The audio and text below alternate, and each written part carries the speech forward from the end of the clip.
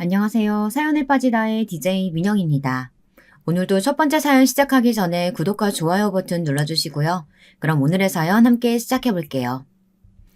안녕하세요. 저는 연년생 딸 둘을 키우며 수학 교습소를 운영하고 있는 30대입니다. 그리고 뱃속에는 셋째가 자라고 있죠.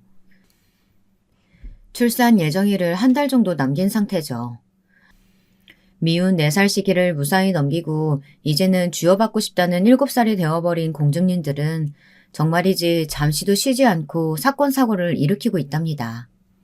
그러면서 눈치는 또 어찌나 빠른지 제가 화를 내겠다 싶으면 이 세상 애교라는 애교는 다 끌어모아서 예쁜 짓을 하는데 이걸 속아 넘어가야 하나 몇 번이나 고민을 하게 되죠.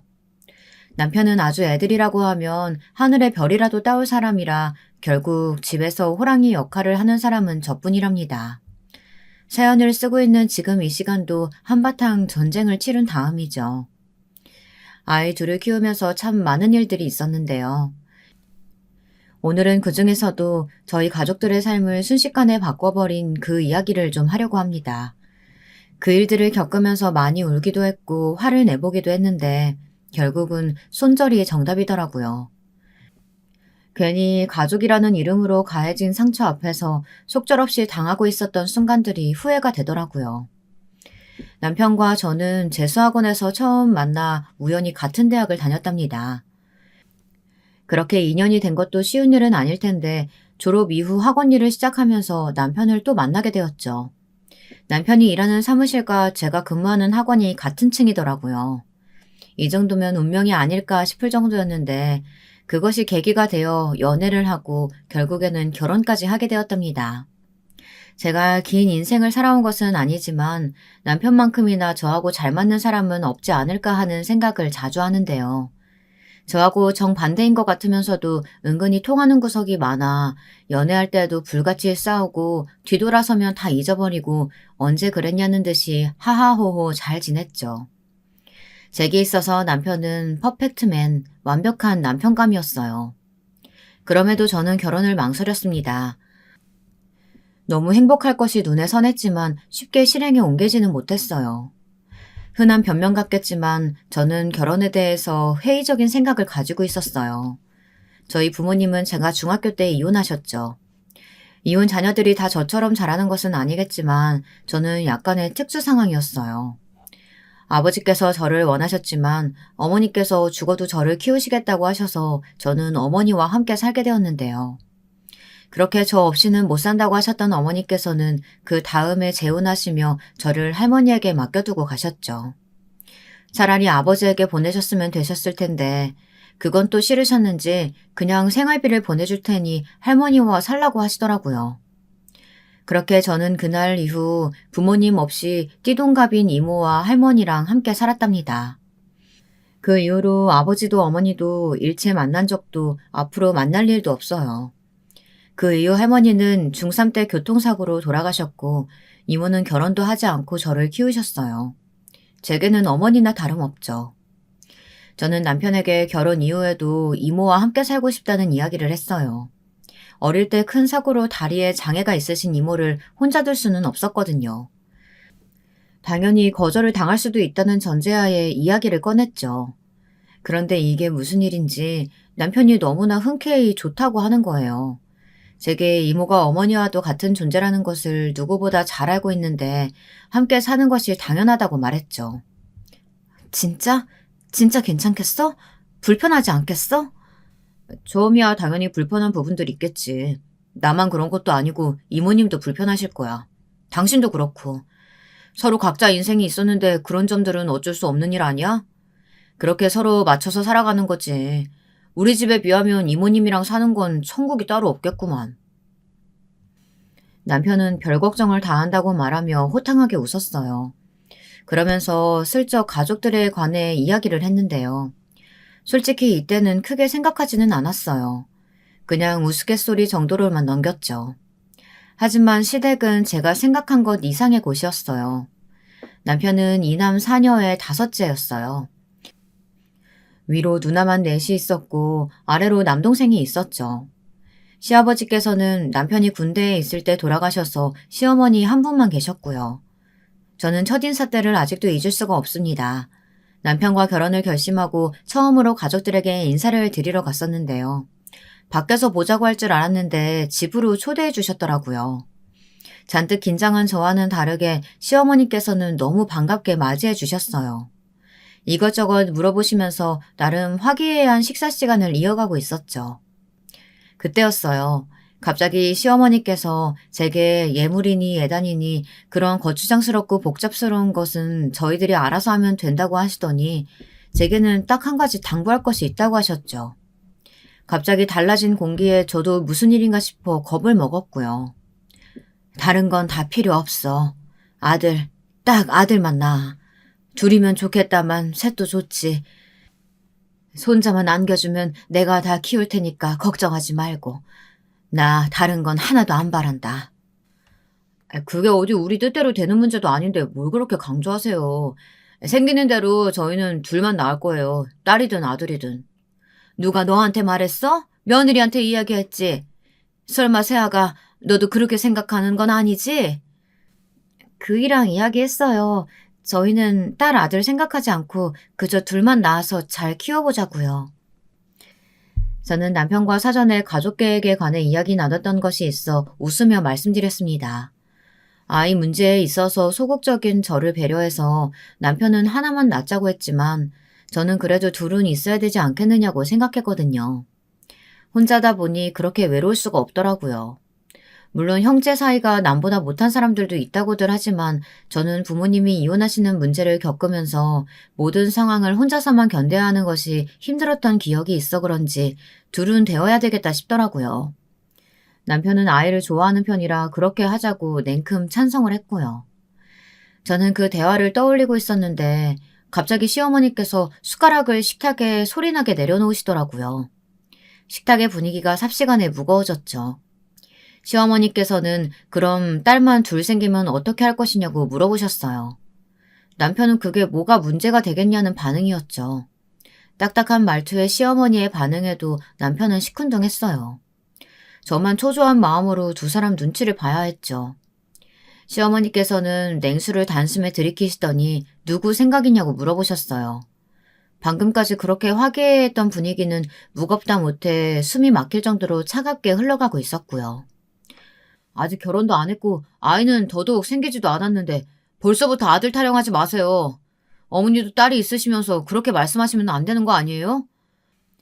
솔직히 그저께도 막내 누나 시어머니가 아직 산후조리도 안 끝난 누나한테 아들 낳으라고 한다고 욕을 그렇게 하셨으면서 이 사람한테는 결혼 전부터 그런 말씀을 하고 싶으세요? 상황이 다르잖아, 상황이. 너희 막내 누나 시댁은 아들이 귀한 집이 아니잖아. 우리 집이랑은 다르게.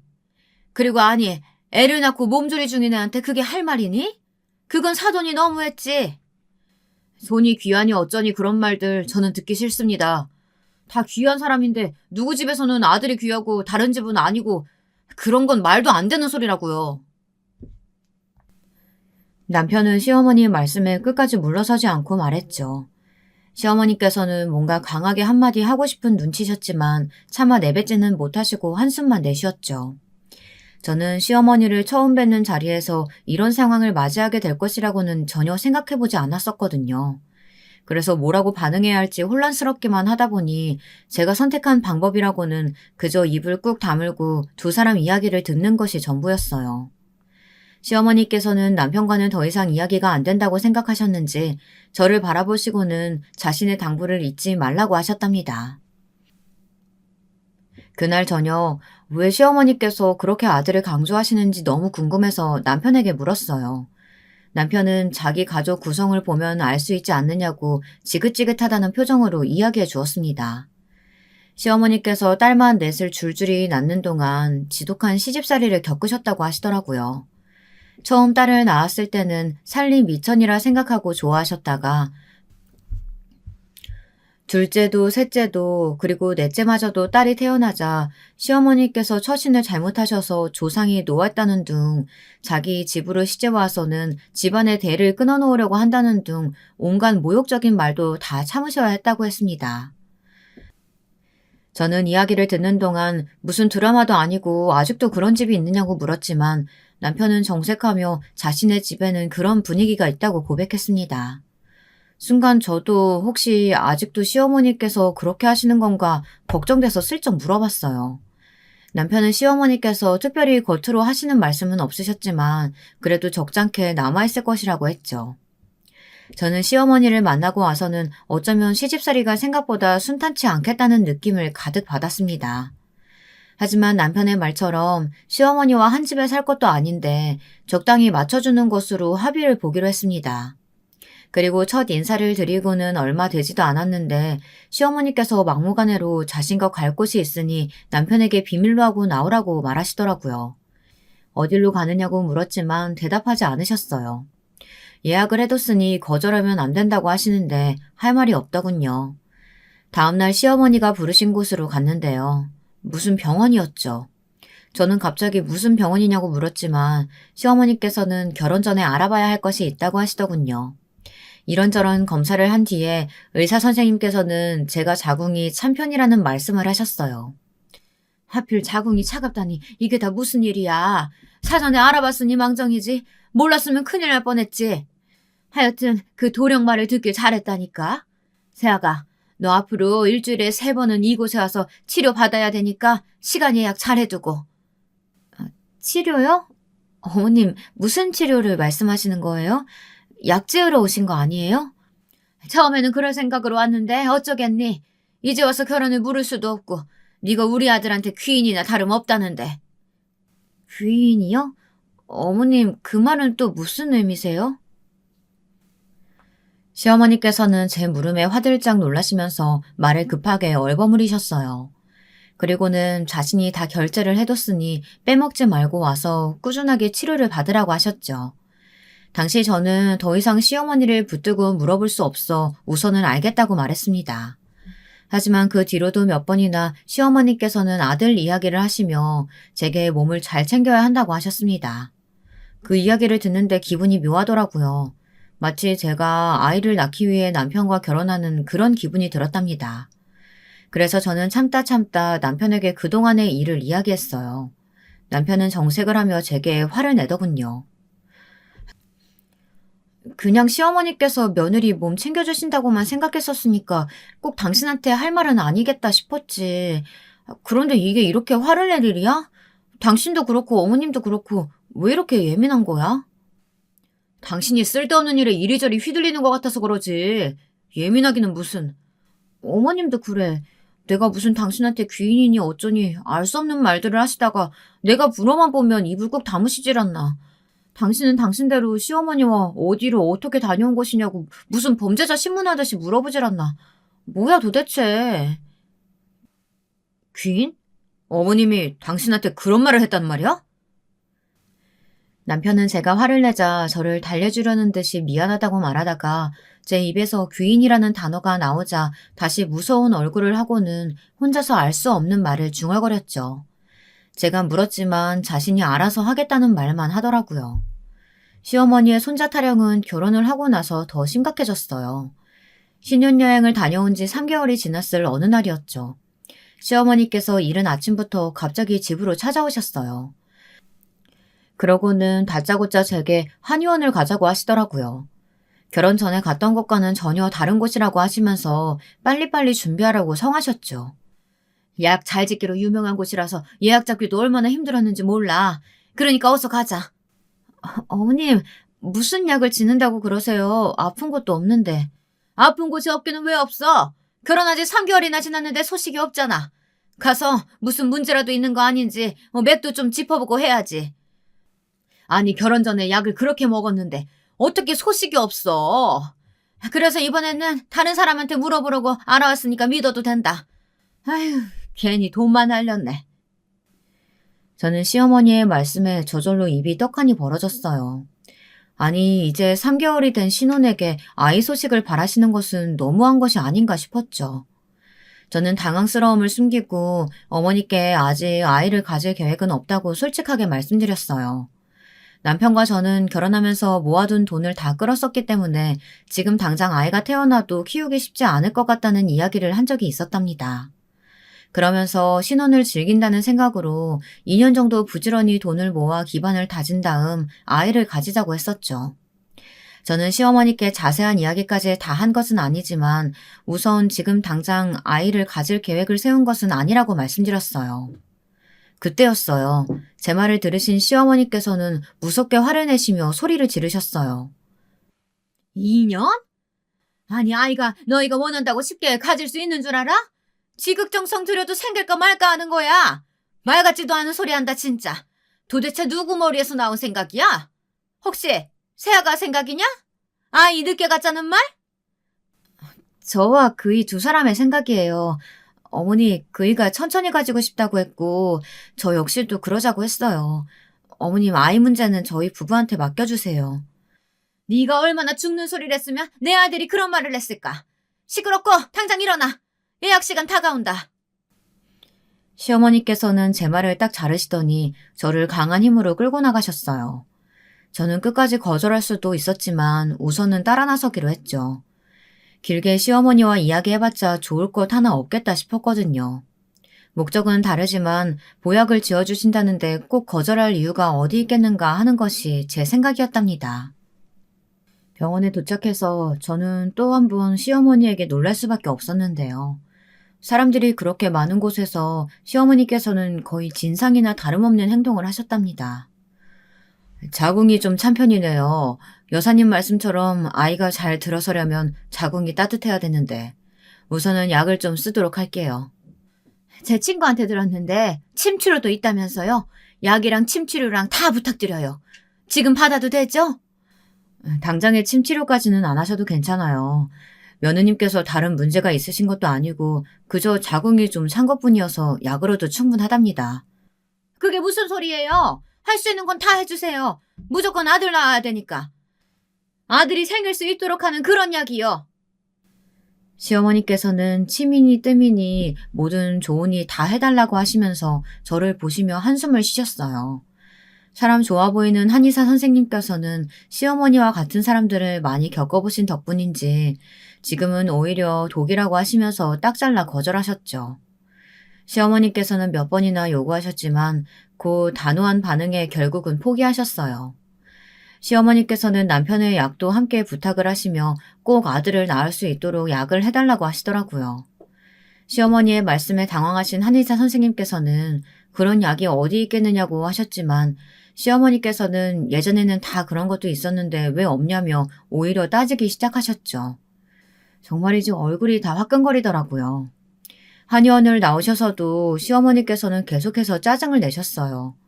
이 한의원을 추천해준 지인으로 추정되는 사람에게 전화를 걸더니 아들 낳는 약을 지어달랬는데 그런 것이 어디 있느냐는 이야기를 들었다며 돌팔이 아니냐고 하셨어요. 목소리가 어찌나 큰지 지나가는 사람들이 다 한 번씩 쳐다보더라고요. 정말이지 쥐구멍이라도 있다면 숨고 싶었죠. 이모에게 하소연도 했지만 이모는 그냥 손자가 보고픈 할머니 마음이라고 생각하고 넘어가라 충고해 주었습니다. 남편이 야근을 마치고 돌아왔을 때 저는 낮에 시어머니와 함께 병원에 다녀왔다는 이야기를 꺼냈어요. 이모가 해준 충고까지 하나도 빼놓지 않고 다 이야기했죠.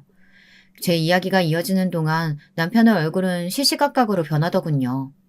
그러더니 제 이야기가 끝나자마자 앞으로는 절대 시어머니를 따라서 가지 말라고 하면서 그런 약은 필요 없다고 하더라고요. 너무 무서운 얼굴로 제게 다짐을 받듯이 말하는 남편을 보면서 저는 알겠다고 대답했지만 속으로는 의문점이 가득했어요. 이틀 뒤 시어머니께서는 약을 직접 가져오셔서는 냉장고에 차곡차곡 넣으셨어요. 그러면서 아무리 바쁘더라도 절대 빼먹어서는 안 된다고 하셨죠. 그리고는 요상한 부적을 꺼내시고는 안방으로 성큼성큼 들어가셨어요. 순식간의 일이었죠. 저는 너무 놀라서 시어머니께 어디 들어가시냐고 물었지만 시어머니께서는 거침이 없으셨어요. 저는 바쁜 걸음으로 시어머니를 따라 들어갔습니다. 시어머니께서는 침대 머리맡에 있던 2개의 베개에 부적을 넣으시고는 절대 빼지 말라고 하셨어요. 그리고는 침대 아래에도 마찬가지로 넣어두셨죠. 어머니, 지금 뭐 하세요? 베개에 넣으신 것은 뭐고 침대 아래에는 뭐예요? 보면 모르니?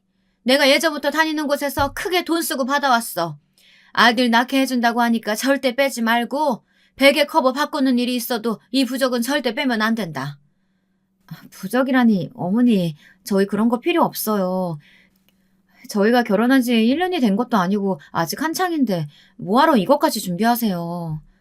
뭐든 할 수 있는 건 다 해야지. 아들만 낳을 수 있다면 못할 게 뭐가 있어? 그리고 소파에도 좀 둬야 되는데.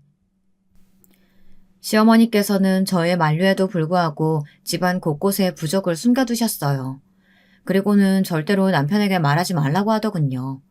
남편은 이런 미신을 엄청 싫어하니까 집안 시끄럽지 않게 저와 시어머니만 아는 것으로 하자고 말씀하셨죠. 너희 남편 내가 이렇게 한 거 알면 또 난리 나니까 절대 말하지 말고. 새아가랑 나만 아는 비밀이다. 알겠지? 괜히 모자 사이 멀어지게 만들 생각 아니면 끝까지 모른 척해. 괜히 시끄럽다. 그이가 그 정도로 싫어하는데 이렇게까지 하셔야겠어요? 뭐가 어때서? 이렇게 해서 네 뱃속에 귀한데 손자만 생긴다면야 못할 일이 뭐가 있겠어?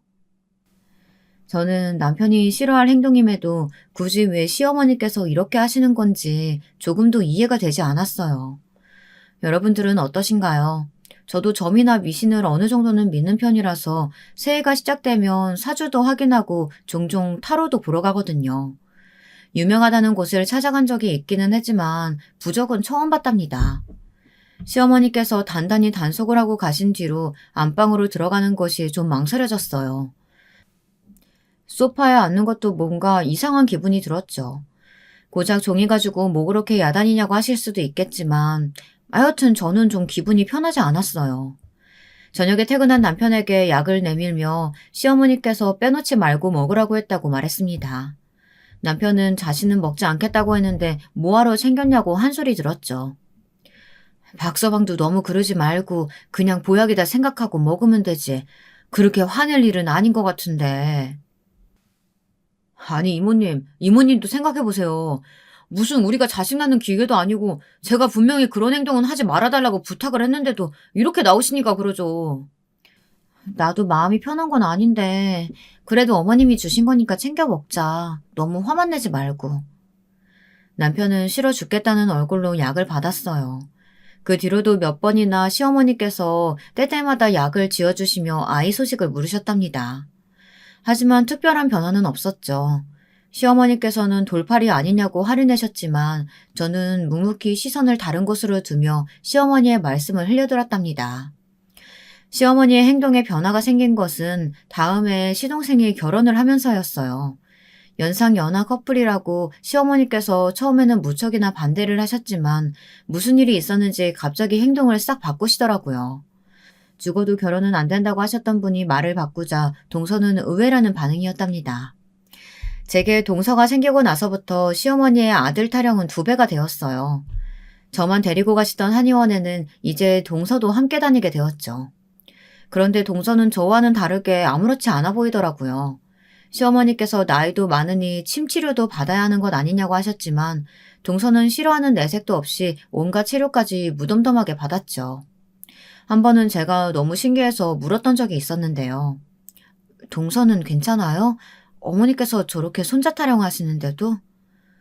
뭐 좋은 기분은 아니지만 그렇다고 못할 짓은 아니잖아요. 귀찮기는 해도 어머니 저렇게 하시는 것도 다 자기 만족 때문인데 뭐라고 하겠어요. 그냥 분 풀리실 때까지 두는 거죠. 좀 맞춰드리다 보면 제 풀에 지치지 않으시겠어요? 동서는 마치 이미 모든 것을 초월한 사람처럼 말했어요.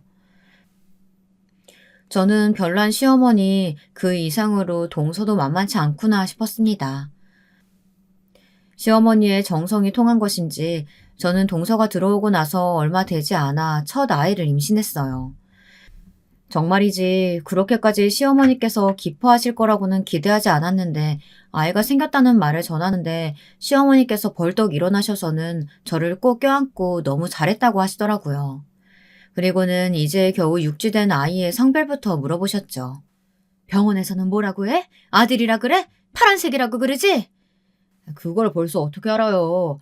그리고 설사 알게 된다고 해도 저희는 물어볼 생각 없어요. 어머니, 저희는 성별이 무엇이든 크게 신경 쓰지 않으려고요. 병원에서는 16주가 넘어가면 알 수 있다고 하던데 저희는 미리 알고 싶은 생각은 없거든요. 답답한 소리 하네, 진짜. 아니 너희는 아들인지 아닌지 궁금하지도 않아? 어떻게 그렇게 남자식 얘기하듯 얘기할 수가 있어? 왜요? 딸이면 낳지 말까요? 딸이면 아이를 지우기라도 하란 말씀이세요? 시어머니께서 집요하게 아이의 성별을 확인해야 한다고 말씀하시자 남편이 버럭 소리를 질렀어요. 저도 깜짝 놀랄 정도였답니다. 남편의 말에 시어머니께서 그런 의도로 물어본 것은 아니라고 하시면서 방금까지 화를 내시던 모습은 어디로 가고 목소리가 점점 줄어드셨죠. 남편은 한 번만 더 성별 어쩌고 하시면 그냥 넘어가지 않겠다고 으름장까지 놓더군요. 아마 저만 있었더라면 시어머니께서는 어떻게든 제 마음을 돌리기 위해 윽박을 질러가며 이야기하셨겠지만 남편 앞이라서 그런지 금방 알겠다고 하시면서 물러나셨죠. 저는 앞으로 아이가 태어날 때까지 이런 일들이 반복될 것이라고 생각하니 한숨이 나왔어요. 그런데 아이는 우리 부부에게만 찾아온 것이 아니었어요. 이게 무슨 운명의 장난인지 제가 임신 3개월이 되자 동서도 임신을 했죠. 시어머니께서는 며느리 둘 다 임신을 했다는 것이 너무나도 만족스러운지 입이 귀에 걸리셔서는 온 동네에 자랑하고 다니시길 바쁘셨답니다. 그러고는 저도 동서도 아들을 낳게 해달라고 기도를 하러 다니기 시작하셨죠. 딱히 종교가 있는 분도 아니셨는데 전국의 유명한 사찰들을 돌아다니시면서 아들을 낳으라고 기도를 하시는데 정말이지 숨이 막힐 지경이었어요. 저희는 약속대로 아이의 성별에 대해서는 먼저 물어보지 않았어요. 시어머니께서는 당장이라도 병원으로 쳐들어가 알아낼 기세셨지만 남편이 워낙 강경하게 나오자 어떻게 해보지도 못하고 발만 동동 구르셨죠. 그 와중에 동서의 아이는 아들이라는 이야기에 시어머니의 관심은 동서에게로 집중이 되었답니다.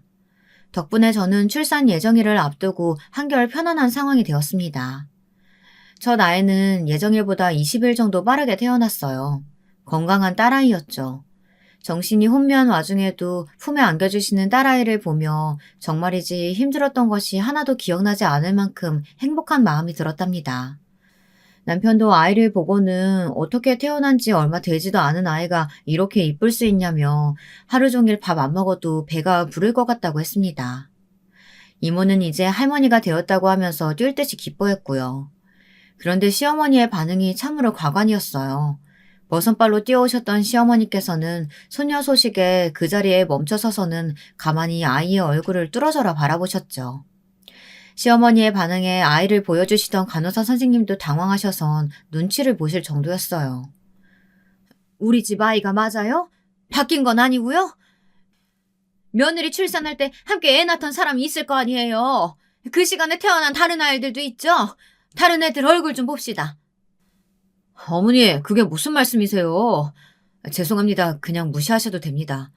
그렇잖아. 딱 봐도 아들 태어날 배였는데 그리고 태몽에도 용이 나왔는데 딸이라니. 손녀라니. 아이가 바뀐 게 틀림없다. 도령님이 아들이라고 했단 말이야. 손녀라는 소리에 흥분하신 시어머니께서는 도령이라는 알 수 없는 말을 입에 올리셨어요. 남편은 그 말에 단박에 분위기가 바뀌어서 행패를 부리는 시어머니를 끌고는 어디론가 가버렸죠.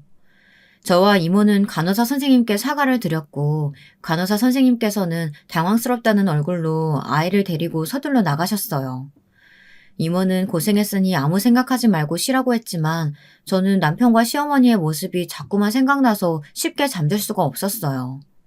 한참 후 남편이 들어와서 시어머니의 말도 안 되는 소리에 신경 쓰지 말고 조리에만 집중하라고 말했습니다. 저는 도령이 무슨 말이냐고 물었지만 남편은 몰라도 되는 일이라고 하면서 괜히 제가 스트레스 받는 상황을 피하고 싶다며 다음에 기회가 되면 알려주겠다고 말했어요. 저는 꺼림직한 기분이 들긴 했지만 알겠다고 하고 넘어갔죠. 시어머니께서 그날 이후로 단 한 번도 저희 집에 오거나 첫째 딸아이를 궁금해하거나 하지 않으셨어요. 저와 남편은 딸아이의 이름을 어떻게 지어줘야 할까 고민하다가 시어머니에 대해서는 잊고 있었답니다.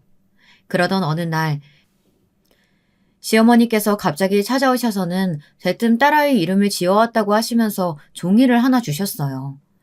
저는 그래도 소녀라고 챙겨주시나 보다 싶어 들뜬 마음으로 종이를 받아들었죠. 그러고는 조심스럽게 펼쳐보는데 제 눈을 의심할 수밖에 없었답니다. 종이에 적힌 글자를 보는 순간 숨이 턱 하고 막히는 기분이 들었거든요. 저는 이걸 정말 소녀 이름으로 지어오신 것이 맞냐고 물었지만 시어머니께서는 비싸게 주고 받아온 이름이라고 하며 당장 출생신고부터 하라고 하셨죠. 종이에 적힌 글자는 한자였는데요. 너무나도 간단하게 아들자 두 글자가 적혀 있더라고요. 네, 자. 딸아이의 이름을 그렇게 지어오신 거예요. 저는 너무 화가 나서 이게 무슨 이름이냐고 소리쳤어요. 어머니, 진짜 너무하시네요. 어떻게 이름을 이렇게 지으라고 하실 수가 있으세요? 아들 자만 두 개라뇨. 장난이시죠?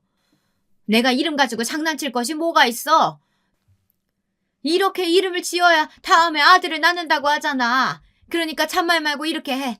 얼마나 부르기 쉬워. 쓰기도 쉽고. 딸아이 이름이 이 정도면 감지덕지지. 어머니, 진짜 왜 이러세요? 저 첫인사 갔을 때 뭐라고 하셨어요?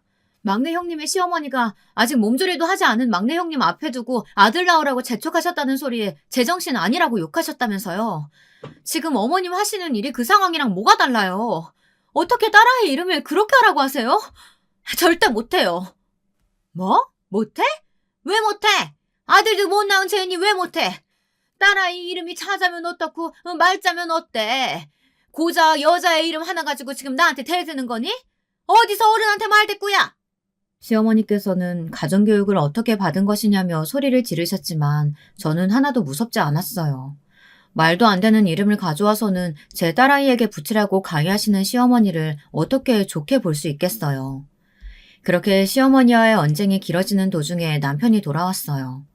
남편은 제가 목에 핏대까지 세우면서 시어머니에게 소리를 지르자 꽤나 놀란 얼굴이었죠. 저를 진정시키던 남편은 바닥에 떨어진 아이의 이름을 보더니 말없이 빡빡 종이를 찢어버렸답니다. 그 소리에 시어머니께서 깜짝 놀란 얼굴로 얼마짜리 이름인데 그걸 찢느냐고 하셨죠. 남편은 아이 이름은 이미 정했고 출생신고도 마쳤으니 쓸데없는 짓은 그만하고 당장 나가라고 하더군요.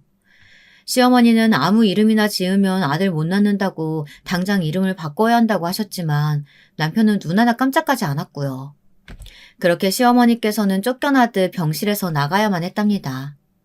그날 이후로 남편은 제게 일체 시어머니에 대한 이야기를 꺼내지 않았어요. 그리고 퇴원해서 집으로 돌아온 이후로도 형님들이 찾아오는 것은 막지 않았지만 시어머니께서 오신다고 하면 정색을 하고 거절을 하더군요. 처음에는 몇 번이나 오시던 시어머니가 동서가 아이를 낳자 발길을 완전히 끊어버리셨어요. 동서가 아들을 낳았거든요.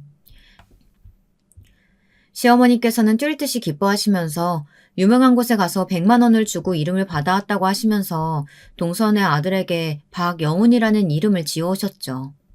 그 이름을 전해 들은 저는 딸아이 이름이라고 받아온 그날을 생각하며 또 화가 치밀어 올랐어요.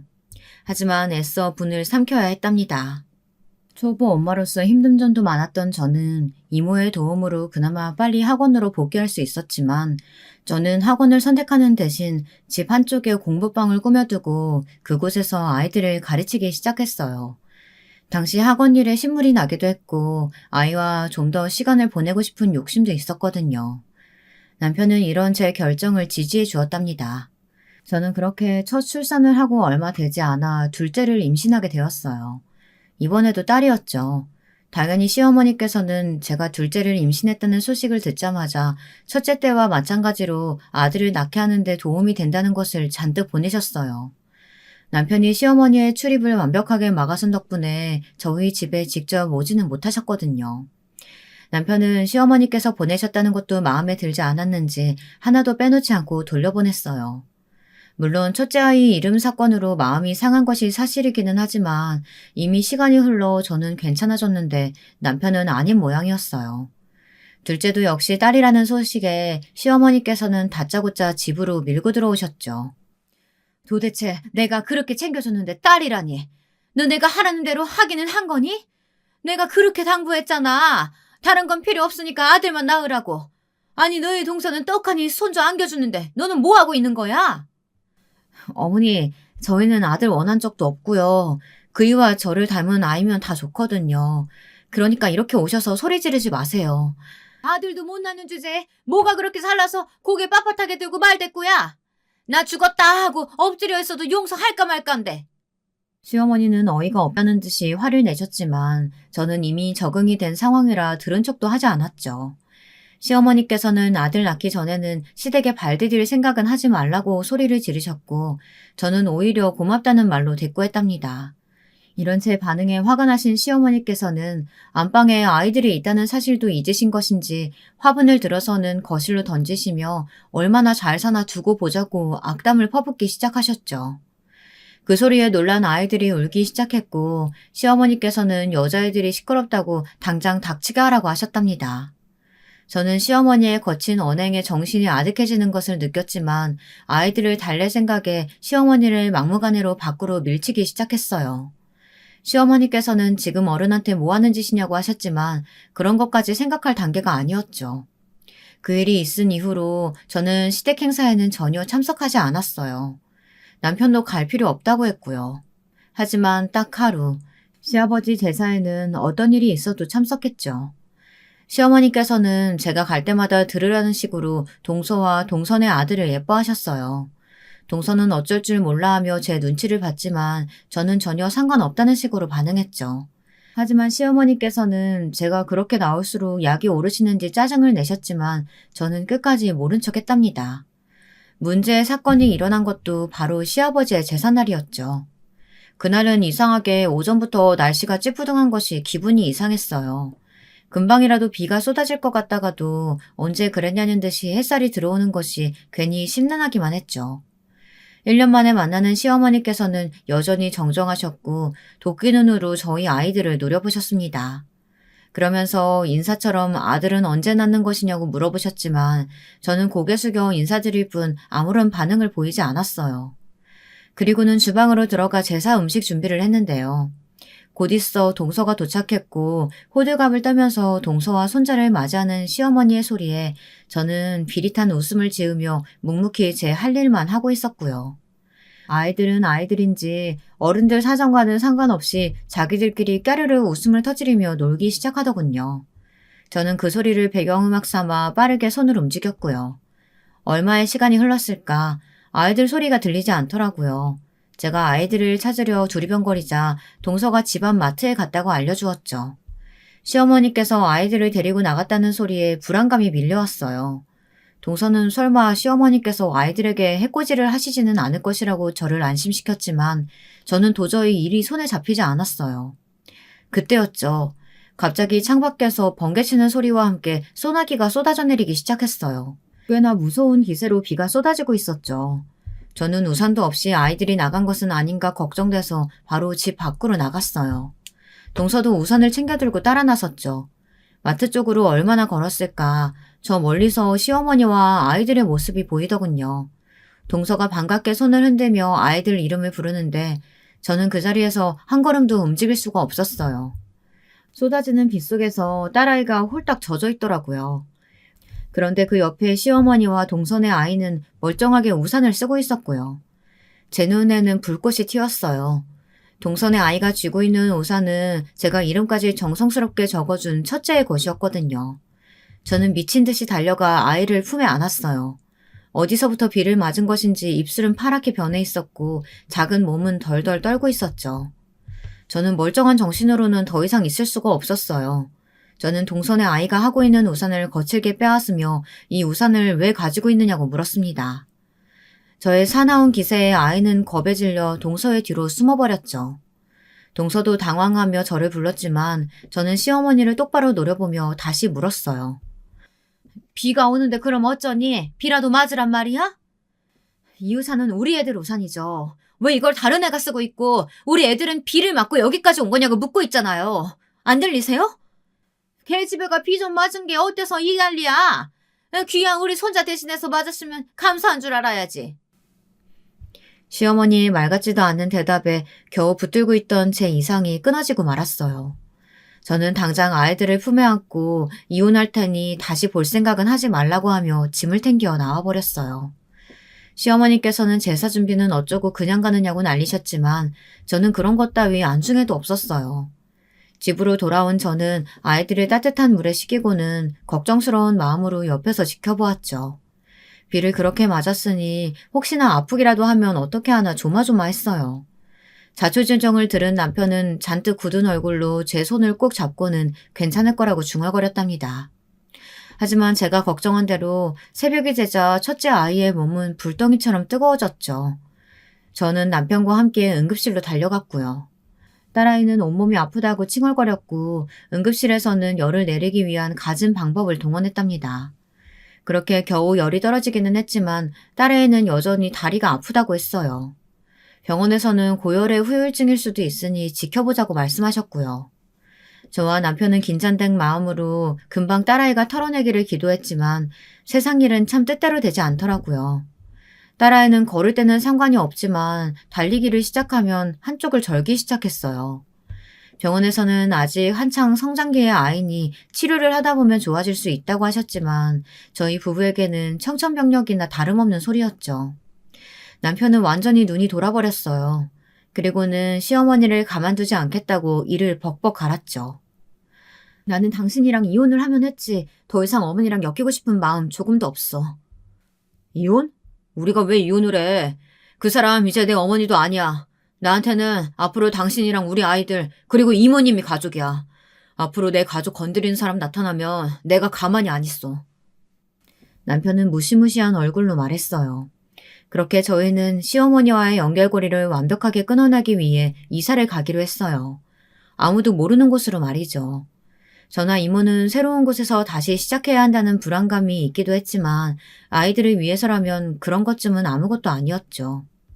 그렇게 이사 준비로 바쁜 어느 날 시어머니께서 전화를 하셨어요. 물론 이전에도 몇 번이나 연락을 주셨지만 저는 깔끔하게 무시하고 있었거든요. 그런데 그날따라 유독 전화를 계속 하시더라고요. 평소라면 이미 끊었을 전화를 말이죠. 저는 최대한 감정을 죽이고 전화를 받았어요. 미쳤어? 내가 뭘 잘못했다고 이 난리야? 전화를 받자마자 시어머니께서는 차마 입에 올릴 수도 없는 욕을 내뱉으시며 화를 내셨어요. 저는 무슨 일이시냐고 전화 잘못 거신 것은 아니냐고 물었죠. 하지만 시어머니께서는 더 길길이 뛰시면서 갑자기 자신의 뒤통수를 치는 이유가 뭐냐고 따지셨어요. 저희가 뭘 잘못했다고 이렇게 난리세요. 어머니께 무슨 일 생기셨다면 그건 다 업보가 아닐까요? 우리 첫째 그렇게 죽되 살아나게 만드셨으면서 양심의 가책은 조금도 들지 않으시나 봐요. 양심? 내가 뭘 잘못했는데? 그럼 그 상황에서 손자가 비 맞도록 뒀어야 한다는 말이냐? 그 귀한 아이를? 그렇게 귀하시면 어머님이 우산 쓰지 말고 아이들한테 양보하지 그러셨어요.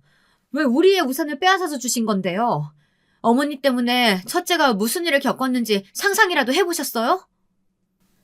시어머니께서는 고작 아이가 아픈 것으로 자신에게 이렇게 하는 것은 말이 되지 않는다고 하며 당장 원상태로 돌려주라고 하셨어요. 저는 아는 것이 없으니 이만 전화를 끊겠다고 말하고는 시어머니의 대답도 듣지 않고 바로 전화를 끊어버렸죠. 시어머니께서 조금의 반성조차 하지 않을 것이라는 사실은 어느 정도 예상하고 있었지만 그 소리를 직접적으로 듣다 보니 더 소름 돋고 화가 치밀어 올랐어요. 시어머니께선 지치지도 않고 계속해서 전화를 하셨지만 저는 아예 차단까지 해두고는 모른 척을 했어요. 얼마 후 집으로 동서가 찾아왔어요. 하얗게 질린 얼굴을 한 동서는 제게 할 말이 있다고 했죠. 저는 아이들을 이모에게 맡기고는 동서와 마주 앉았어요. 동서가 나쁜 것이 아니라는 것쯤은 저도 잘 알고 있었지만 마음이 편하지는 않더라고요. 동서도 마찬가지였고요. 미묘한 공기가 흐르는 것도 잠시 동서는 깜짝 놀랄 만한 일을 이야기하기 시작했어요. 원래 시아버지께서 운영하고 계시던 회사가 있었는데 남편도 서방님도 회사에는 관심이 없어서 전문 경영인을 꾸리고 있었다고 하더라고요. 그런데 그 경영인이 사실은 시어머니와 잘 아는 사이로 몰래 회사 돈에 손을 대고 있었다고 말이죠. 남편이 주식을 가지고 있다는 것은 알고 있었지만 그 속사정까지는 모르고 있던 저로서는 충격이 꽤나 컸답니다. 형님은 모르고 계셨던 것 같은데 어머니께서 계속해서 뒷돈을 챙겨두셨던 모양이에요. 그의 말로는 규모가 상당하다고 하는데 그걸 갑자기 감사팀에서 걸고 넘어지셔서 지금 어머님 상황이 많이 심각해요. 그이도 따로 계산을 해봤다는데 그동안 가져가신 돈이 억대는 된다고 하더라고요. 아니, 동서는 알고 있었어? 그이는 나한테 한마디도 하지 않았는데. 저도 며칠 전에 알았어요. 아주버님께서 집에 오셔서는 감사팀에 신고했다고 하시면서 어머니께서 그동안 횡령하셨던 돈에 대해 다 이야기하시더라고요. 형님도 아시겠지만 그이가 회계사무소에 다니잖아요. 혼자서 이것저것 확인해 보더니 그냥 넘어갈 수준은 아니라고 한숨을 쉬더라고요. 저는 그제야 왜 시어머니가 전화를 걸어 그 난리를 쳤는지 이해가 되었어요. 아무래도 법적으로 문제가 생기니 발등에 떨어진 불이라도 꺼볼 생각으로 전화를 하신 모양인데 저는 그 불을 꺼줄 생각이 전혀 들지 않았답니다. 동서는 이렇게 가다가는 시어머니께서 교도소에 가실 수도 있다고 하면서 아무래도 그 일은 막아야 하지 않겠냐고 하더군요. 내가 왜? 내가 무슨 수로 그 일을 막아? 감사팀에서 움직였다며. 법적으로 문제가 크다며. 그런데 내가 무슨 힘이 있어서 막느냐고. 그래도 아주버님께서 신고하셨다고 하니까 어떻게 말려보시면. 굳이? 나는 이미 어머니랑 인연 끊기로 마음먹었는데 어머님이 어떻게 되시던 나하고는 상관없어. 앞으로도 쭉. 그러니 어머니를 어떻게든 구제하고 싶은 마음으로 찾아왔다면 번지수 잘못 찾았어. 그날 상황 다 알면서 동서도 나한테 이렇게 와서 말하는 거 쉽지 않았겠지만 두 번 다시 이 문제를 거론하지 않았으면 해. 저는 단호하게 동서에게 말했어요. 동서는 어느 정도 예상을 했다는 듯이 고개를 끄덕이고는 가버렸죠. 그날 이후 시어머니가 어떻게 되셨는지는 모르겠습니다. 징역살이를 하셨는지 아니면 벌금으로 집이고 뭐고 다 빼앗기셨는지 제게는 중요하지 않으니까요. 그저 자신이 무슨 짓을 저질렀든 우리 딸아이가 아팠던 것에 100배만큼만 고생을 했으면 좋겠네요. 오늘의 제 사연 끝까지 들어주셔서 감사합니다.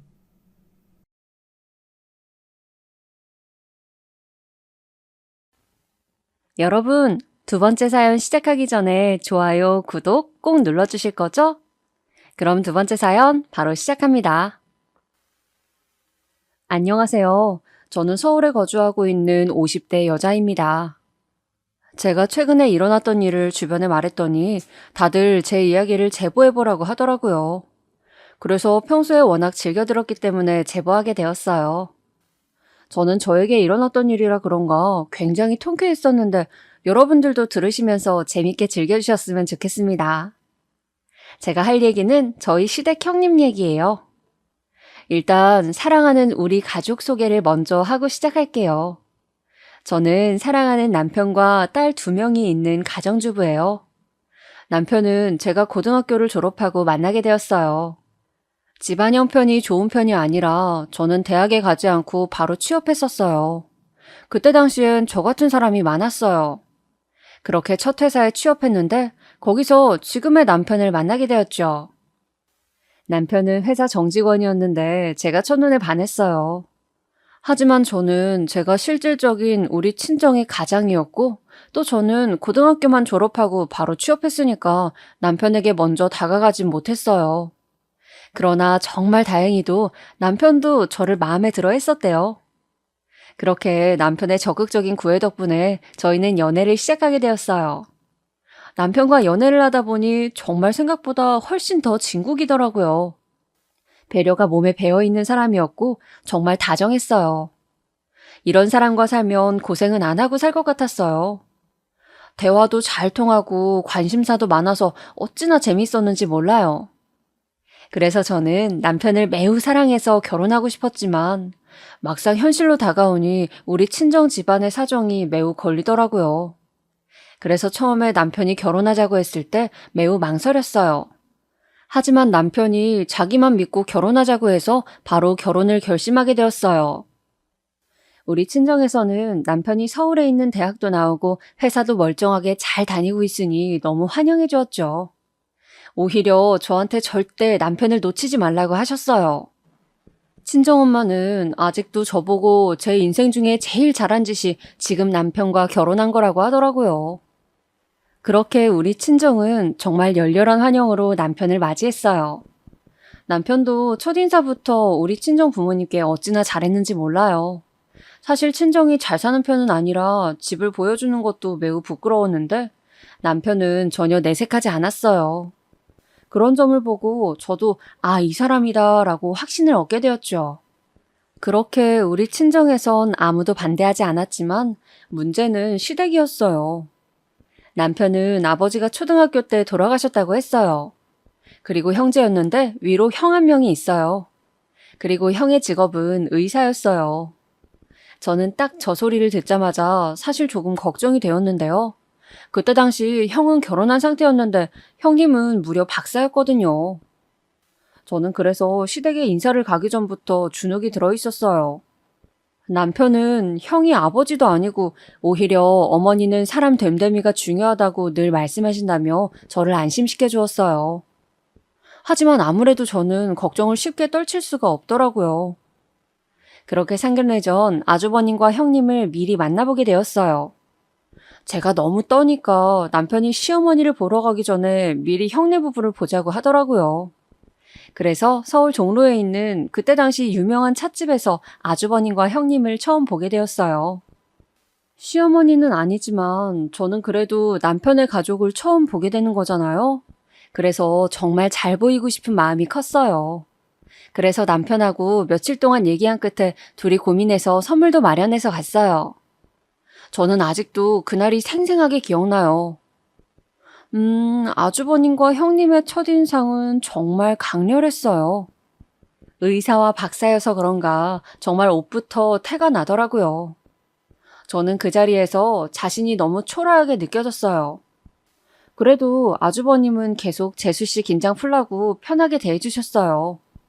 그런데 형님은 묘하게 저에게 신경전을 벌이시더라고요. 여자분들은 잘 아실 거예요. 제가 무슨 말을 하면 자꾸 딴지를 거는 듯한 말을 하더라고요. 그런데 그 말을 웃으면서 하니까 제가 진지하게 대꾸하면 상황이 이상하게 흘러가는 그런 분위기였어요. 그래도 남편과 아주버님은 눈치채지 못하고 있어서 저만 참으면 되니까 조금 찝찝해도 넘겼어요. 대놓고 저를 싫어하진 않으셨으니 그냥 안 친해서 그런가 보다 생각하고 넘기는 게 최선이라고 생각했죠. 그렇게 아주버님 부부와 만나고 드디어 시어머니를 보러 가게 되었어요. 저는 결혼식 날보다 이날이 훨씬 떨렸던 것 같아요. 시어머니께서 차를 좋아하신다고 해서 백화점에 가서 몇 시간을 돌아다니며 찻잔과 차를 골랐어요. 남편이 이만하면 됐다고 가자고 했지만 저는 이왕이면 그래도 첫인상부터 저를 마음에 들어 하셨으면 좋겠다는 마음이 매우 컸어요. 그렇게 꽃다발과 찻잔 세트를 들고 시어머니를 찾아뵈었는데 예상보다 시어머니가 굉장히 좋으신 분이었어요. 제가 인사하러 딱 들어가고 처음 눈이 마주쳤는데 굉장히 인자하게 저에게 웃어주셨어요. 저는 아직도 그 웃음이 기억이 날 정도랍니다. 남편 말로는 시어머니는 웬만한 일에 화를 내지 않으신다고 했거든요. 그 말이 정말 사실인 것 같았어요. 정말 차분하신 성격이었고 말씀하시는 것도 나긋하셨어요. 그리고 제가 주눅 들어있는 게 눈에 보였는지 저에게 이렇게 말씀하셨어요. 너무 걱정하지 말아요. 나는 우리 아들하고 결혼해줘서 고맙다는 말을 오히려 하고 싶어요. 저 말을 듣는 순간 저는 마음속으로 결정했어요. 아, 정말 이 사람과 결혼해야겠다고요. 솔직히 결혼하신 분들은 이해하실 텐데 좋은 남편 세상에 많잖아요. 남편감으로 괜찮은 사람 만나는 것보다 제대로 된 시어머니 만나는 게 정말 힘들어요. 그것도 홀시모는 정말 신중하게 결혼 결정하라는 말 저도 결혼 준비하면서 많이 들었어요. 하지만 우리 시어머니는 정말 친절하셨고 이런 집에 시집을 가게 된다면 정말 행복하게 잘 살 수 있겠다고 생각했어요. 물론 형님이 걸리긴 했어요. 제가 친언니가 있는데 언니도 똑같이 남편이 형제거든요. 언니는 언니가 형님 입장인데 동서랑 뭐만 하면 비교가 된다고 하더라고요. 그래서 저한테 형님이 은근 신경전을 벌일 수도 있으니 조심하라고 했어요. 그래도 어차피 결혼하게 된다면 형님은 별로 안 봐도 될 수 있으니 그대로 결혼하게 되었어요. 하지만 형님이 저에게 적대적인 것과는 별개로 제가 혼자 걱정된 것도 있었어요. 남편, 아주버님, 형님 셋 다 서울에서 대학을 나오셨어요. 그런데 저는 고등학교만 졸업했으니 그게 계속 마음에 걸리더라고요. 시어머니가 저를 탐탁지 않아 하실 수도 있으니까요. 하지만 다행히 시어머니는 그런 부분은 문제가 되지 않는다며 사람 됨됨이가 중요하다고 해주셨어요. 정말 다행이라고 생각했어요. 그렇게 양가 상견례를 하게 되었고 결혼식 날까지 아주 순조롭게 진행이 되었어요. 그리고 남편과 저는 신혼여행을 제주도로 다녀왔어요. 신혼여행에서 돌아와서 양가 인사를 가게 되었는데 시댁에 가니 아주버님과 형님도 와 있더라고요. 남편과 제가 제주도에서 출발하면서 선물을 사왔었는데 형님에게는 목걸이를 선물했었어요. 형님은 그냥 아무 말이 없었어요. 선물해준 우리가 무안할 정도로요. 그래도 그냥 기분 탓이라고 넘겼습니다. 시어머니는 저희가 준 선물을 매우 좋아해 주셨어요. 저는 시어머니가 좋아하시니까 됐다고 넘겼죠. 그런데 그날 제가 설거지를 하려고 부엌에 갔는데 형님이 저를 따라오더라고요. 그리고 저한테 이렇게 말했어요. 동서, 목걸이 근데 너무 촌스럽다. 저는 정말 너무 당황스러웠어요. 그리고 너무 민망해서 얼굴이 새빨개졌어요. 아, 마음에 안 드세요? 나 마음에 안 든다고 말 안 했는데? 동서 되게 무섭다. 말을 막 지어내네? 제가 당황해서 허둥지둥하니 형님은 그냥 다시 부엌을 나갔어요. 그날 무슨 정신으로 설거지를 했는지 모르겠습니다. 그리고 남편에게 있었던 일을 다 말했어요. 남편은 형수 그렇게 안 보였는데 정말이냐고 묻더라고요. 저는 그때 든 생각이 그냥 나만 조용히 하면 지나갈 일이라고 생각했어요. 그래서 그냥 얼버무리고 형님이 저한테 그럴 때마다 그냥 꾹 참았어요. 왜냐면 그냥 그때는 그게 맞다고 생각했어요. 그리고 그냥 최대한 무시했습니다. 제가 저기에 대꾸하면 저만 이상한 사람이 되는 것 같았거든요. 그리고 형님이 정말 얄미웠던 건 꼭 시댁 식구가 있으면 저런 말을 하지 않았어요. 시어머니, 아주버님, 하다못해 저희 남편이 있으면 그냥 저에게 그럭저럭 잘 대해줬어요. 그러니 제 속만 터졌던 거예요. 그래도 제가 무시하고 지낼 수 있었던 것은 다 남편과 시어머니 덕분이에요. 남편은 저한테 정말 잘했거든요. 시어머니도 인간적으로 정말 좋으신 분이세요. 아무래도 옛날 분이시니까 어느 정도 고지식한 면은 분명 있으세요. 하지만 억지를 부리시거나 혹은 말도 안 되는 요구를 하진 않으세요. 또 시집살이는 절대 시키지 않으셨어요. 그래서 기분이 나빠도 딱 시어머니와 남편만 보고 살았죠. 완벽한 결혼 생활은 있을 수 없으니까요. 그리고 우리가 결혼하고 형님은 바로 임신을 했어요. 아무래도 임신을 해서 그런가 저를 봐도 그때는 딱히 뭐라 안 하더라고요. 저야 너무 좋았죠. 그렇게 형님은 아이를 낳게 되었고 여자아이였는데 형님이 정말 공주처럼 키우더라고요. 저도 아이는 죄가 없으니 많이 놀아줬어요. 그리고 우리 부부에게도 곧 아기 천사가 찾아왔어요. 아기가 생기고 나니 형님은 신경도 쓰이지 않았어요. 저는 딱 아이가 생겼을 때 정말 세상을 다 가진 기분이었습니다. 남편도 굉장히 기뻐했죠.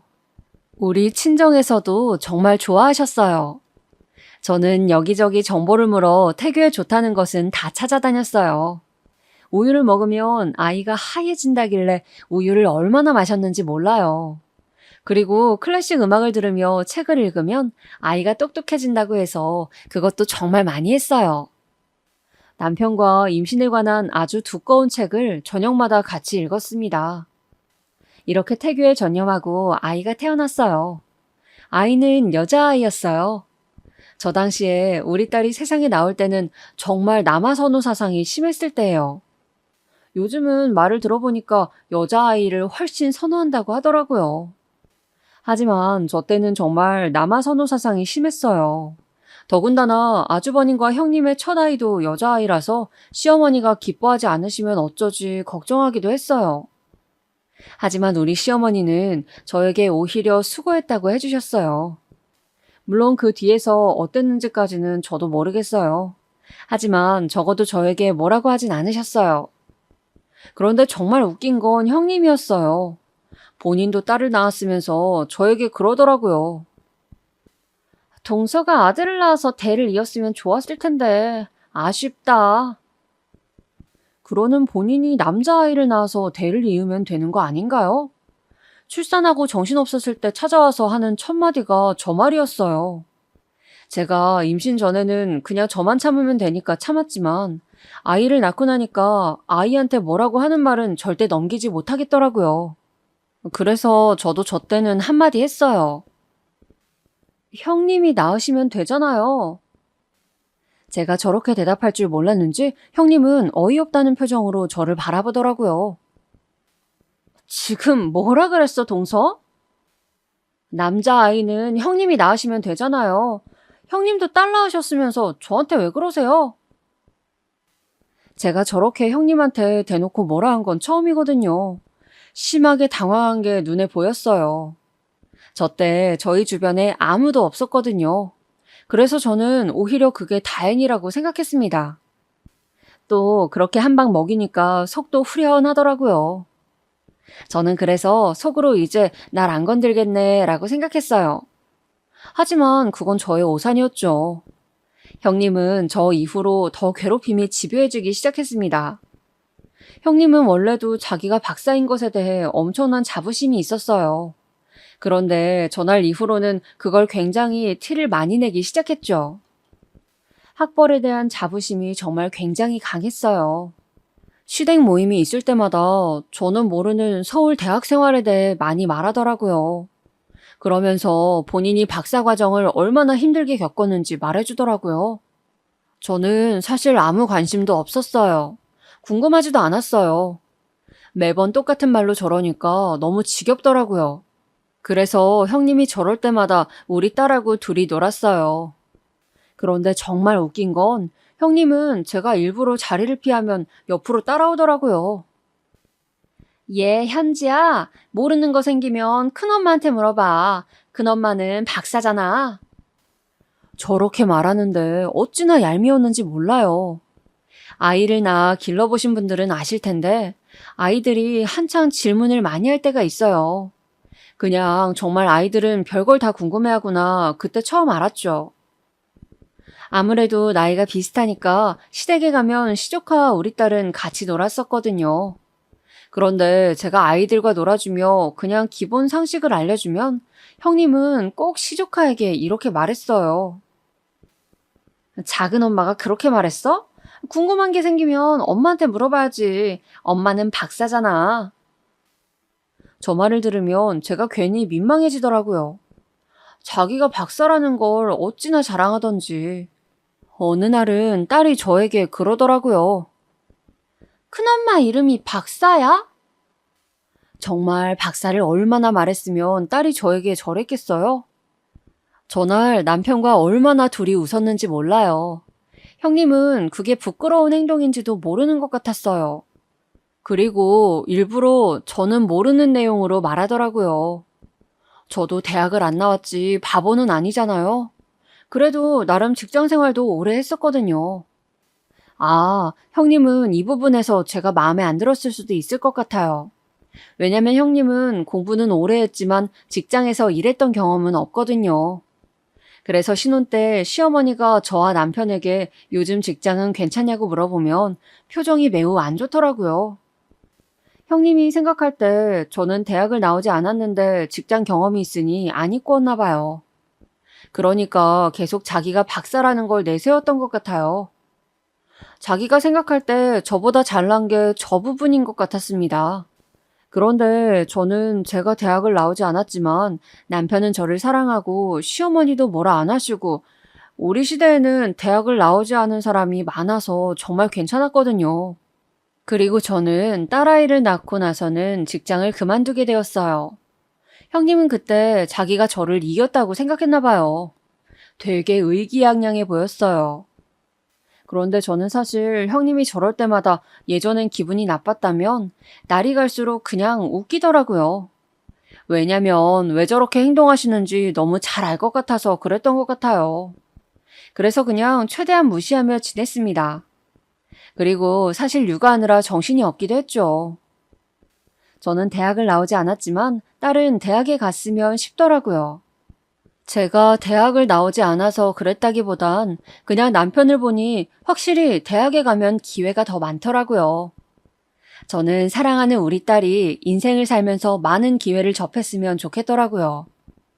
그리고 남편과 저는 서울에서 거주했기 때문에 이왕이면 서울에 있는 대학을 갔으면 좋겠더라고요.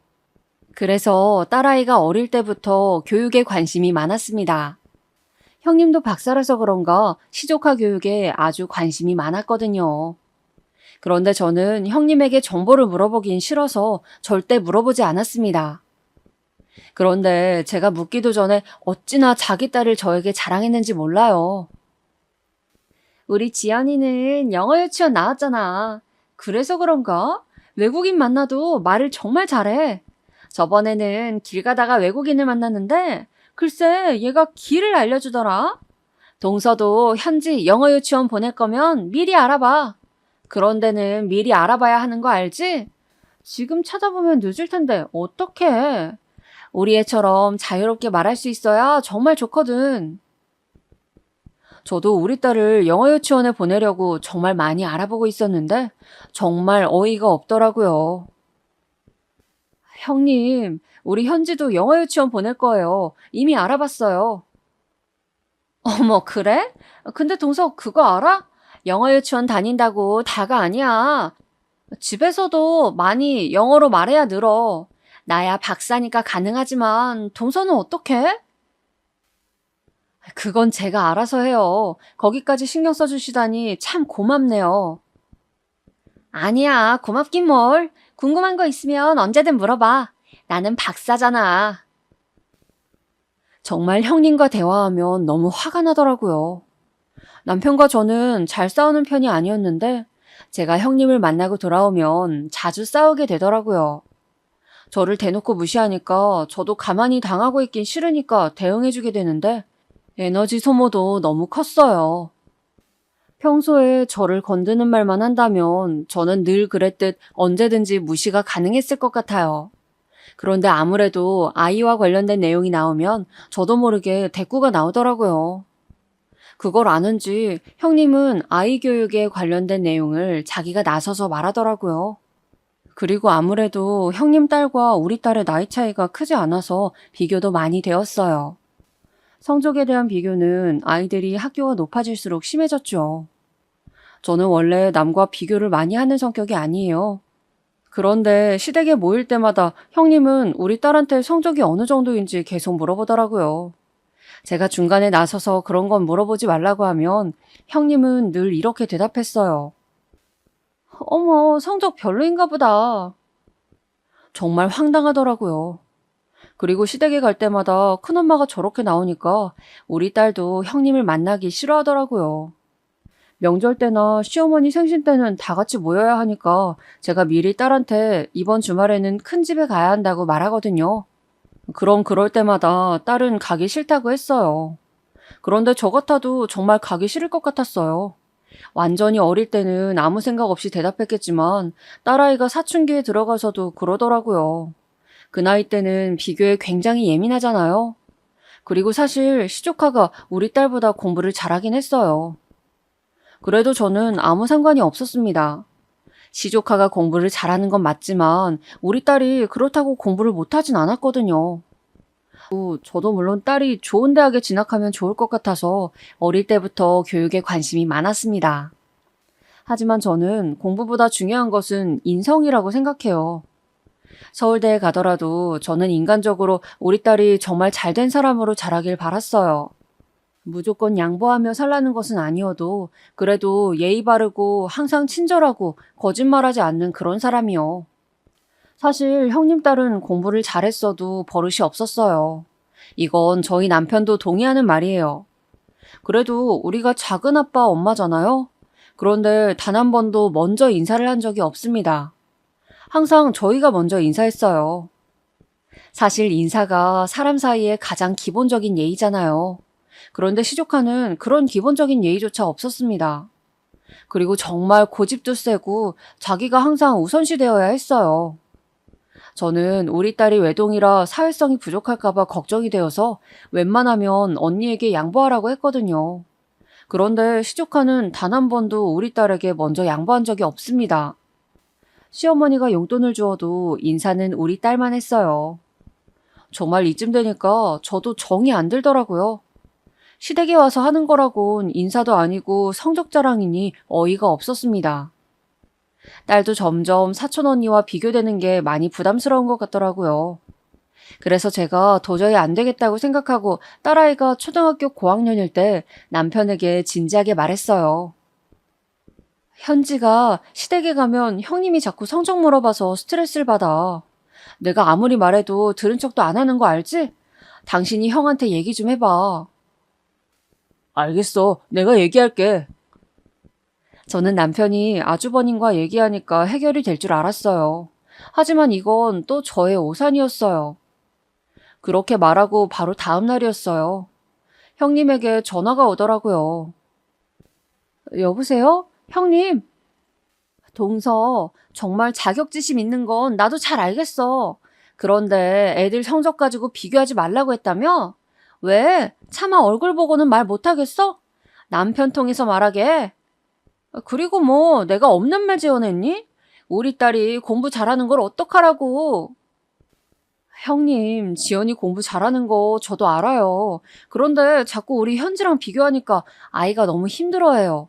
안 그래도 지금 한창 예민할 때잖아요. 그러니까 그냥 신경을 써달라는 거였어요. 그리고 저 자격지심 없어요. 자격지심이 없으면 도대체 왜 이렇게 예민하게 반응해? 동서 진짜 웃긴다. 진짜 여러분, 제대로 화가 나면 온몸이 부들부들 떨리는 거 혹시 아시나요? 저는 저 전화 통화를 하던 상황이 아직도 기억나요. 진짜 전화로 막 저한테 저런 말을 하는데 온몸이 떨리니까 목소리까지 떨리더라고요. 아이를 키우면서 배려를 해달라는 부탁이 그렇게 잘못된 건가요? 저는 그냥 저대로 전화를 끊었어요. 그리고 남편에게 전화해서 화를 냈죠. 아니, 당신이 어떻게 전했길래 당신 형수가 나한테 전화해서 난리를 쳐. 당신 현지 아빠잖아. 똑바로 잘 생각해. 애가 이렇게 힘들어하는데. 저도 모르게 서러워서 눈물이 나오더라고요. 막 울면서 남편한테 뭐라 하니까 남편도 자기가 알아보겠다고 일단 저를 달랬어요. 그날 저녁에 남편한테 전해들은 말로는 아주버님도 형님이 아이 교육에 집착을 너무 많이 해서 힘들어하신다고 하더라고요. 저는 그 말을 듣고 아무래도 본인이 박사라서 그런가 보다 생각했어요.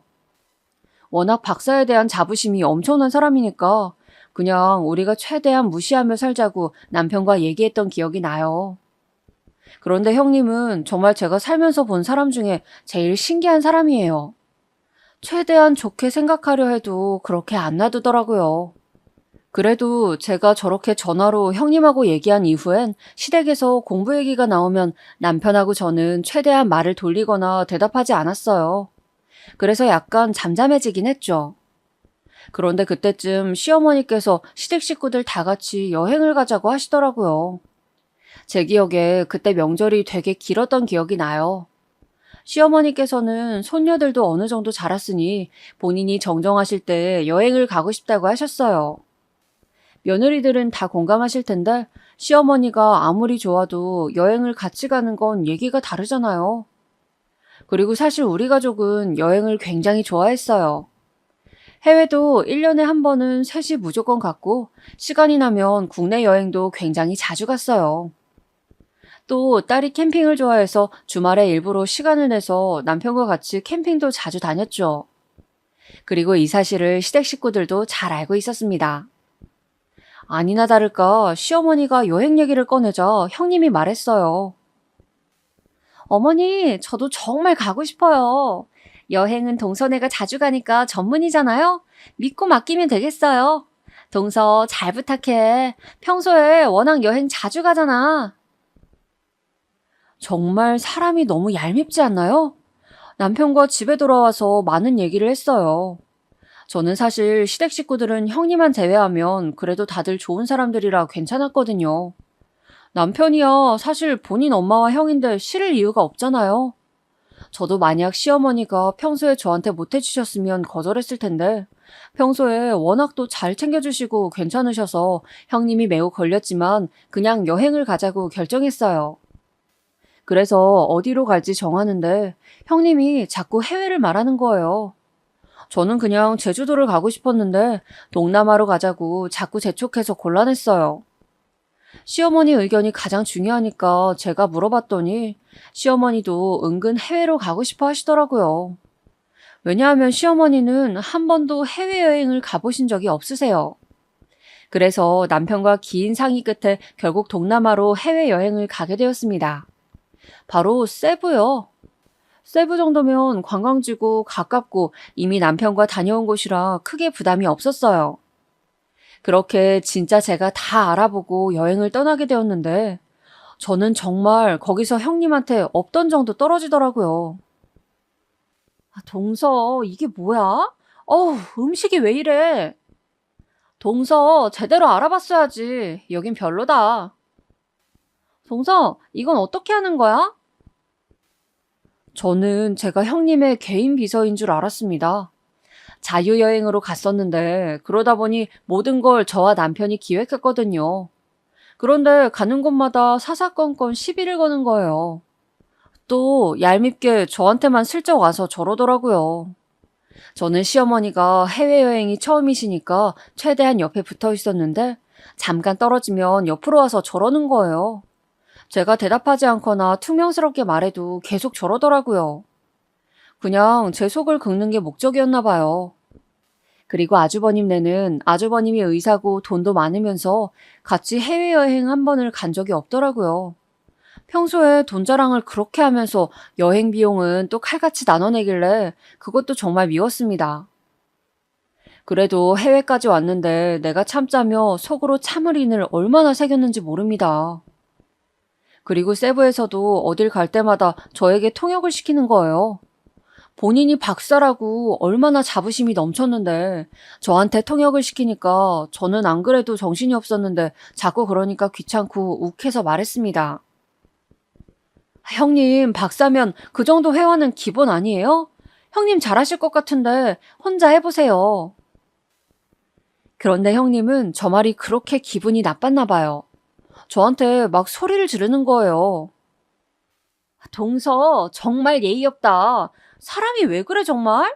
내가 잘 지내려고 노력해도 동서가 도와주질 않아. 저는 정말 깜짝 놀랐습니다. 누가 봐도 이제까지 늘 저를 일방적으로 무시하고 불편하게 했던 것은 형님이거든요. 오죽하면 우리 딸도 큰엄마는 엄마한테 왜 그러는 거냐고 할 정도였습니다. 그런데 저런 말을 그것도 해외 세부 바다에서 저러니까 저는 정말 당황스럽더라고요. 그래도 제가 손 아랫사람이기도 하고 또 가족여행으로 놀러 왔으니까 저는 그냥 좋게 말했습니다. 아니, 형님은 박사니까 이 정도는 괜찮으신 줄 알았어요. 기분 나쁘셨으면 죄송해요. 동서, 누가 보면 동서가 윗사람인 줄 알겠어. 내가 그동안 참고 참았는데 정말 너무하네.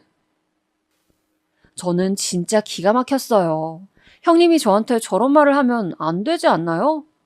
제가 그동안 참아온 세월이 있잖아요. 저도 웬만하면 참으려고 했는데 제가 제일 싫어하는 딸아이 비교를 시작하더라고요. 동서, 마음 곱게 먹어야 현지도 똑똑해지는 거야. 우리 지연이 똑똑해서 질투나서 그런가 본데 제대로 생각해. 애가 뭐를 보고 배우겠어? 저는 저한테 뭐라 하는 것은 참아도 우리 딸한테 뭐라 하는 것은 절대 참지 않거든요. 그래서 저도 지지 않고 말했어요. 형님, 자꾸 우리 딸 공부 못한다고 하시는데 현지도 충분히 공부 잘해요. 형님이 자꾸 그런 식으로 말씀하시니까 애가 시댁에 오기 싫어하잖아요. 어머, 그럼 나 때문이라는 거야? 동서 정말 무섭다. 사람을 그냥 몰아가네. 박사한테 자격지심이 있는 건 나도 알겠는데 적당히 해. 정말 화가 나서 손이 떨리더라고요. 그때 마침 남편이 저희를 데리러 와서 그냥 들어갔는데 저는 이제까지 그래왔듯 그대로 넘기려고 했어요. 그런데 형님이 갑자기 식당에 들어오더니 막 우는 거예요. 다들 분위기가 당황해서 시어머니도 왜 그러냐고 했어요. 그랬더니 형님이 막 울면서 말을 꺼내더라고요. 제가 아무래도 박사니까 아는 게 있어서 아는 척을 했더니 동서가 그게 안 입고 왔나 봐요. 저한테 뭐라고 하는데 그게 너무 속상해서요. 동서, 나도 미안해. 앞으로 아는 척 안 할게. 정말 형님은 제 생각보다 고단수였어요. 남편도 저한테 저게 사실이냐고 하더라고요. 저는 한국도 아니고 세부였고 또 시어머니도 있었고 무엇보다 우리 딸이 저 자리에 있으니까 저기서 싸우고 싶진 않았어요. 그래서 그냥 말했어요. 형님, 제가 죄송해요. 그만 우시고 드세요. 정말 저도 똑같이 울고 싶었지만 그럼 똑같은 사람이 되는 거잖아요. 그래서 그냥 그렇게 무마하고 아주 어색한 상황에서 밥을 먹었습니다. 그리고 숙소로 돌아와 울면서 남편에게 하소연했어요. 내가 세부까지 와서 형님 저러는 거 받아줘야 하냐고 하니 남편이 그럼 아까 그 자리에서 뭐라 한마디라도 하지 그랬냐고 하더라고요. 어떻게 보면 저 말이 정답인데 그게 그렇게 저는 또 속상하고 서럽더라고요. 당신은 내가 정말 아무 생각 없이 가만히 있었다고 생각해? 당신이야말로 형수가 그러면 나 막아줄 수 있잖아. 정말 너무한다. 나는 둘이 무슨 일이 있었는지 모르니까 나설 수가 없지. 그리고 엄마도 계시잖아. 여보, 그만하자, 제발. 나도 그래서 거기서 가만히 있었던 거라고. 당신이 내 편을 안 들어주면 어떡해? 형수 저러는 거 한두 번 보냐고. 어떻게 한마디도 안 해? 아, 그럼 어떡하라고. 지금 내가 형네 숙소 가서 따지라는 거야? 말을 왜 그렇게 해? 결국 형님과 저의 싸움은 부부싸움으로 확대되었어요. 정말 너무 서러워서 국제전화로 친언니에게 전화해서 울면서 말했던 기억이 나요. 기분 좋자고 간 여행에서 저렇게 싸우게 되니까 너무 속상했습니다. 시어머니도 저한테 대놓고 뭐라 하시진 않았지만 기분이 좋아 보이진 않았어요. 저는 결국 결론을 얻게 되었죠. 형님과는 무슨 일이 있어도 엮이지 않겠다는 결론이요. 그래서 세부에서 돌아오고 시댁 행사가 있어서 같이 모이는 자리가 있어도 최대한 형님하고 둘이 남게 되는 상황은 피했습니다. 그리고 그때 마침 형님은 임신하게 되었어요. 네, 바로 늦둥이를 가지게 되었죠. 그래서 시댁에 잘 나타나지 않았습니다. 저는 정말 다행이라고 생각했어요. 그리고 아주버님 부부의 늦둥이는 아들이었죠. 시어머니가 아무리 괜찮으신 분이라고 하시더라도 아무래도 옛날 분이시니까 아들이라고 하니 아주 좋아하시더라고요. 저는 워낙 여기저기서 들은 게 많아서 놀랍진 않았어요. 대놓고 손자를 좋아하시니 기분이 좋진 않았지만 이해는 했습니다. 그런데 시어머니가 손자를 정말 예뻐하시니까 형님이 덩달아 기가 살더라고요. 늦둥이라 아이가 예쁜 것은 알겠는데 시댁에 정말 시도 때도 없이 데리고 와서 자랑하더라고요. 우리 시댁이 제사가 있거든요. 임신했을 땐 임신해서 몸이 무겁다고 오지도 않더니 아기를 낳고 나서는 계속 데리고 오더라고요. 또 아기가 어리니까 자기는 아기를 봐야 한다고 도와주지도 않았어요. 시어머니도 손자가 태어나서 기분이 좋은지 부엌에 잘 안 들어오셨어요. 결론은 저만 잔뜩 고생했죠. 제사만 그런 게 아니고 명절에도 그랬습니다. 집안에 아기가 생기면 완전 그 집은 아기 위주로 돌아가는 거 아시죠? 우리 시댁도 마찬가지였습니다. 고생은 제가 하고 집안 웃음 담당은 다 아기와 형님이 받더라고요. 제가 형님을 안 좋아하니까 저는 늦둥이 시조카가 귀엽지도 않았어요. 그러다 보니 남편과도 자연스럽게 더 싸우게 되더라고요. 남편도 처음 신혼 때나 아이가 어릴 땐 제 편을 들어줬는데 제가 계속 하소연하니까 힘들어 하더라고요. 그래서 남편한테도 싫은 소리를 하지 못했습니다. 그냥 그렇게 살고 있었어요. 그러다 시조카가 수능을 보게 되었는데 서울에 있는 좋은 대학에 들어갔더라고요. 형님이 워낙 어릴 때부터 놀지도 못하게 하고 과외로 몇백을 달마다 쓰더니 결국 입학하게 되었어요. 그러니 형님은 더 기고만장해졌죠. 본인은 아들도 있고 딸도 좋은 대학을 갔으니 얼마나 당당하겠어요. 시어머니도 그때부터 되게 형님을 많이 챙기더라고요. 머리로는 이해했지만 마음으로는 서운한 것은 어쩔 수 없었습니다. 그래도 최대한 신경 쓰지 않고 우리 딸 대학 입시에 집중했습니다. 딸은 본인이 가고 싶어하는 학교가 명확했어요. 서울에 있는 유명 여자대학이요. 어릴 때부터 그 학교에 가고 싶어 해서 학교에서 주최하는 견학도 자주 갔었습니다. 딸 방에는 대학 포스터가 여러 개 붙여져 있었어요. 너무 가고 싶어 하는 학교여서 정말 많이 노력했어요.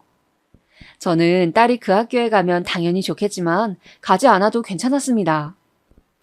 그런데 정말 하늘도 너무하신 게 우리 딸이 원하는 대학에 떨어진 거예요. 너무 속상해해서 며칠간 밥도 먹질 않더라고요.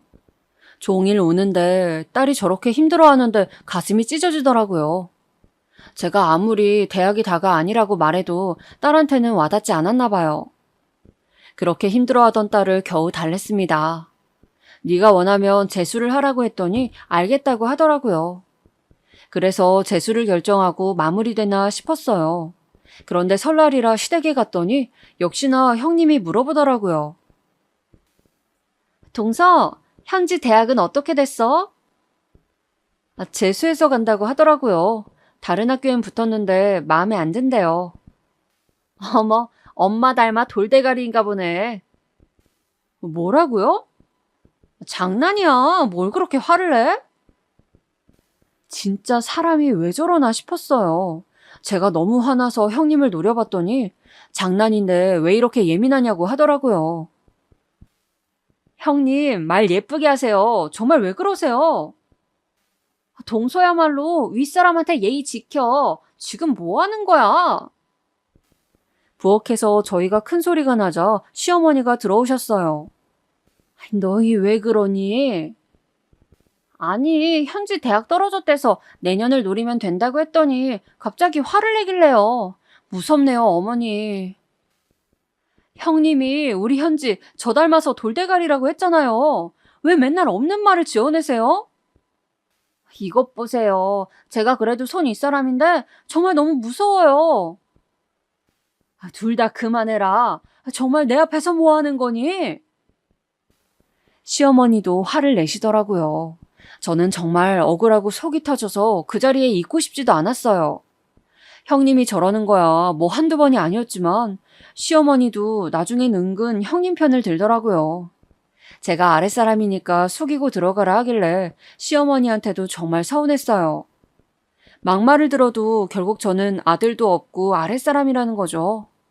아이를 키우다 보면 아무래도 이런저런 일이 많이 생기는데 그것보다 중요한 게 인성이라고 시어머니가 저에게 그러더라고요. 저는 그 말을 형님에게도 했는지 궁금했어요. 저는 정말 공부보다 인성이 중요하다고 생각하거든요. 형님은 제가 아는 사람 중에 인성이 가장 별로였습니다. 시조카들도 콩 심은데 콩 난다고 정말 인성이 별로였습니다. 그래도 우리 딸은 재수하게 되었지만 참 예의 바르고 착하거든요. 동네에서도 어른들이 얼마나 예뻐하시는지 몰라요. 학교 선생님들과 학원 원장님도 이렇게 예의 바른 아이가 없다고 칭찬을 많이 해주세요.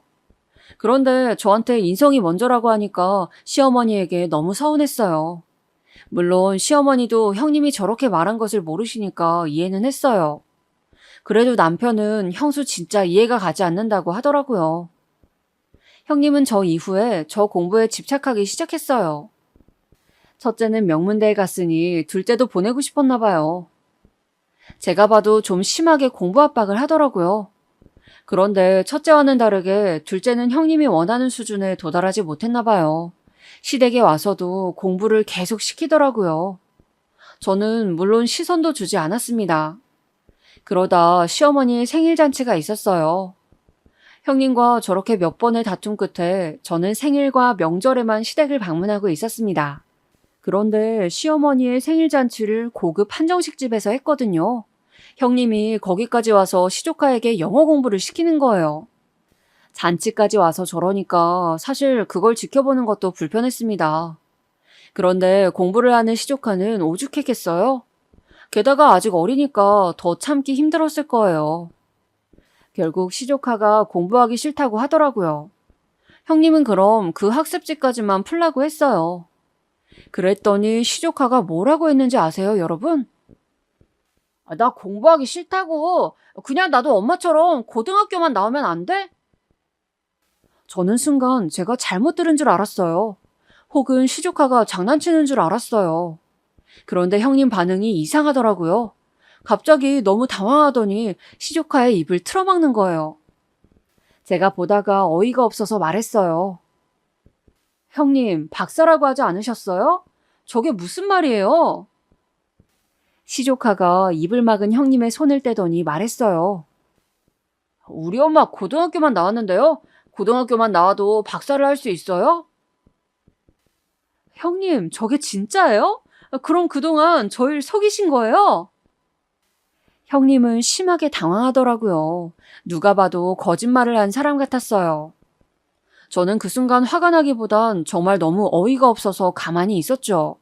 그럼 도대체 제가 몇십 년 동안 고졸이라고 무시당했던 게 뭐가 되는 건지 어이가 없더라고요. 아니야, 우리 아들이 장난치는 거야. 여보, 제발 그만해. 당신 아직도 박사라고 하고 다녔어? 형님은 필사적으로 아니라고 했는데 아주버님이 나서더라고요. 알고 보니 형님은 박사가 아니었어요. 저처럼 고등학교만 나왔다고 하더라고요.